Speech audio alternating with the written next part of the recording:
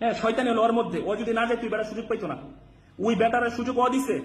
বাচ্চা আনতে যাই, বাচ্চা দেখতে যাই, সে বলবে বাড়ির নিচে দাঁড়ায় আছে, আমার খুন করতে দাঁড়ায় আছে। পেয়েছি ওরা বললেন তুই এক কাজ করছো, বাচ্চাটা বেটার দিয়ে দে। কারণ আমি ওর কাছে বাচ্চা পারলে দুদিন পরে আমার বাচ্চারা ওর মতো ব্যবসায়ী বানাবে। আমি আমার ওয়াইফরে মানে পরক্রিয়ায় বাধা দেওয়ায়, পরক্রিয়ায় শাসন করায় আজকে আমি নিজে অপরাধী হয়ে গেলাম। যাক, আমার কেউ কাছে আসলে ভালো হওয়ার এত উদ্দেশ্যই ছিল না। আপনাদের ভুলটা কিছুটা যদি আমি ভাঙাইতে পারি, এটি হয়তো সার্থকতা। সে ফেসবুকে কিছু ছবি দিছে, সে মেডিকেলে, হ্যাঁ, সে যে ব্যথাটা পাইছে, ব্যথা পুরো ইচ এন্ড এভরিথিং আপনারা জানেন। সে তার আগের বিয়েগুলো আমার কাছে কেন গোপন করলো? আমি তো আমার বিয়ে তার কাছে প্রকাশ করছি। সবচেয়ে লজ্জার কথা কি জানেন? আমি তারে, সে সব যায় না আমাকে বিয়ে করছে, আমার আগে বউ আছে, বাচ্চা সব যায় না বিয়ে করছে।